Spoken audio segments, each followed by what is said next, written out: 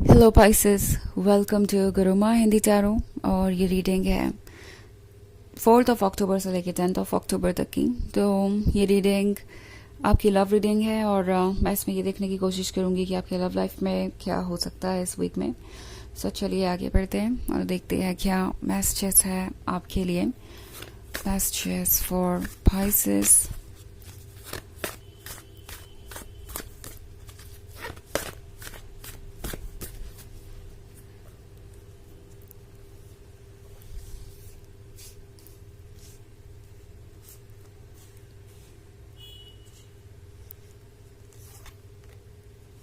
King of Pentacles, the Devil, Queen of Swords, King of Cups, and Ten of Wands. Okay. So the Devil है। Devil के होने का मतलब है कि लगता है कोई आपके रिलेशनशिप में एक ऑब्स्टेकल बन के खड़ा हो गया है और आपका पर्सन इस बात को समझ ही नहीं पा रहा। लगता है जैसे कि किसी का ओपिनियन आपके पर्सन के लिए बहुत ज़्यादा मैटर करता है, क्योंकि यहाँ किंग ऑफ कप्स का कार्ड है। सो प्रोबेबली आपका पर्सन किसी और से कमिटेड है, या मे बी मैरिड भी हो सकता है कुछ लोगों के लिए, या मे बी सिंपली ये है एक ट्रेडिशनल वैल्यू वाले पर्सन के बारे में जो कि हर किसी को साथ में लेके चलना ज़रूरी समझता है।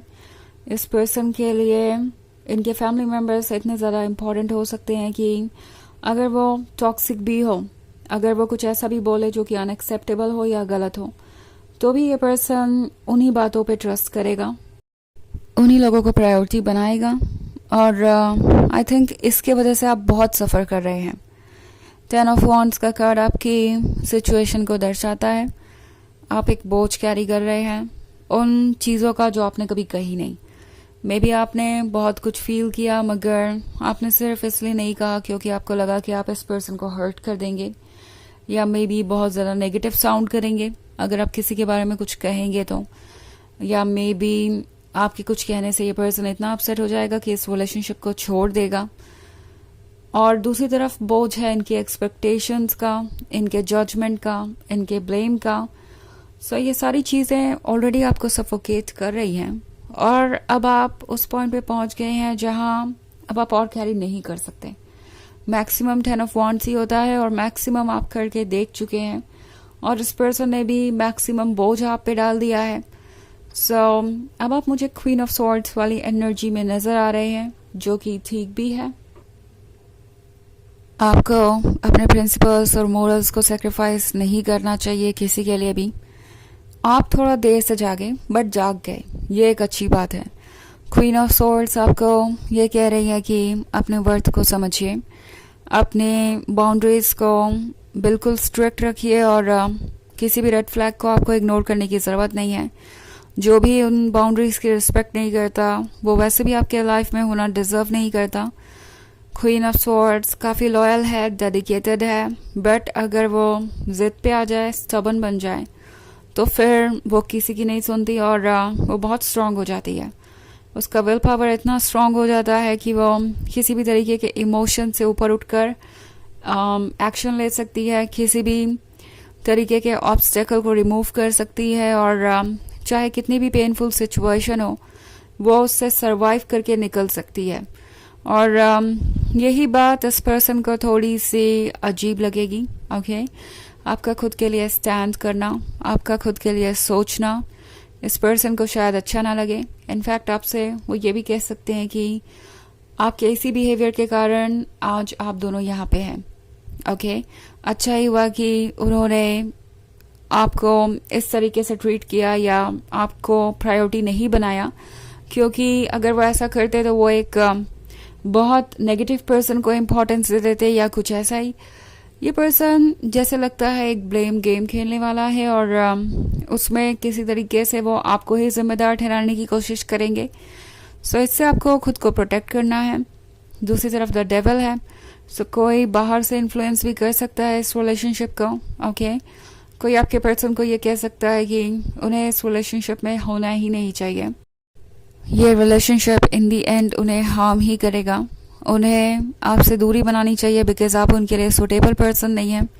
इनफैक्ट आपको ये 10 ऑफ वॉन्ड्स देने का आइडिया भी इस डेविल का ही हो सकता है। इस डेविल ने हो सकता है इस किंग ऑफ कप्स को आपका लव टेस्ट करने के लिए कहा हो कि वो आपसे कॉम्प्रोमाइज़ करवाते जाए, सेक्रीफाइसेस करवाते जाए और ये देखें कि आप कहाँ तक जा सकते हैं, तभी जाके आपका प्यार साबित होगा। इस डेविल ने बहुत चालाकी से आपके पर्सन को मैनिपुलेट किया हो सकता है और आपका पर्सन भी इनकी बातें सुन रहा है, क्योंकि किंग ऑफ पेंटिकल्स के साथ ये वो इंसान है जो कि बहुत प्रैक्टिकल भी है। तो इन्हें लगा कि ये थर्ड पार्टी सही कह रही है, इनके बात में दम है और उन्हें ऐसा करके देख लेना चाहिए। अगर आप सब कुछ सहन करते हैं तो ही आप एक अच्छे पर्सन है या एक अच्छे लवर हैं।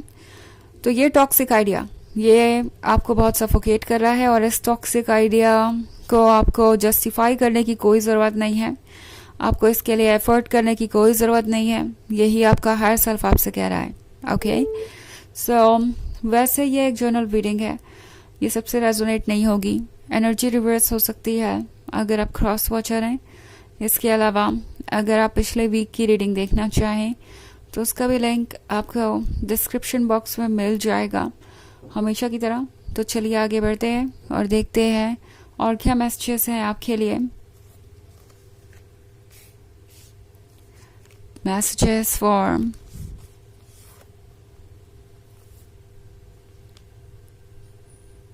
Pisces, the moon, 3 of cups, 2 of pentacles, 7 of pentacles and 8 of wands.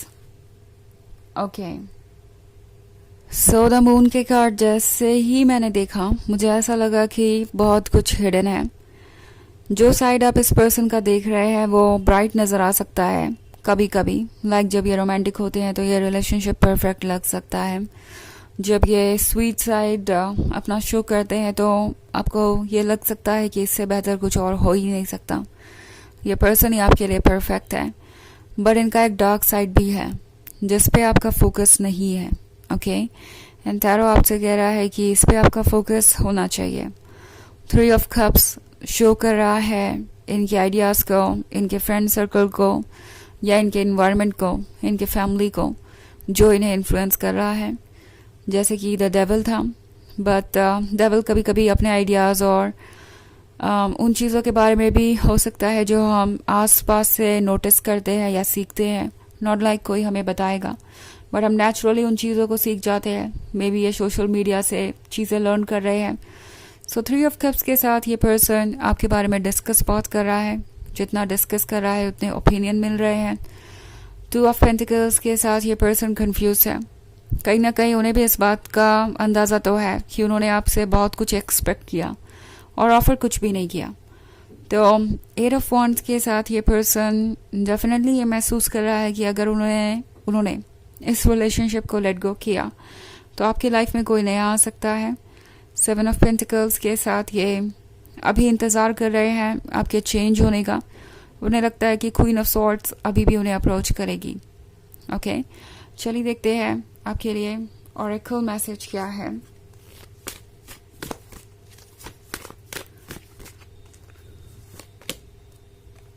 Freya, phases and cycles. There is a beginning within every ending. Illusions are revealed and released.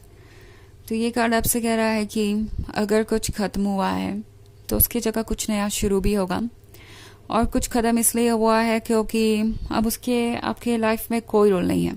Okay अगर कोई चीज़ ऐसी है जो आपके लिए टॉक्सिक बन गई है या आपकी लाइफ से चली गई है तो उसको चेज करने की ज़रूरत नहीं है, ये आपके अच्छे के लिए ही हुआ है। यूनिवर्स आपको ये रिमाइंड करवाना चाहता है सारे भ्रम टूटेंगे, सच्चाई सामने आएगी।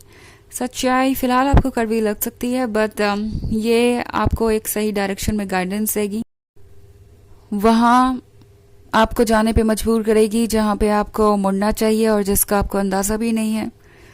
ये सारे इवेंट्स इसलिए हो रहे हैं कि आप सही डायरेक्शन में आगे बढ़े और अपने वर्थ को समझें। ओके जब सारे भ्रम दूर हो गए हैं तो ट्रुथ को देखना ज़रूरी है।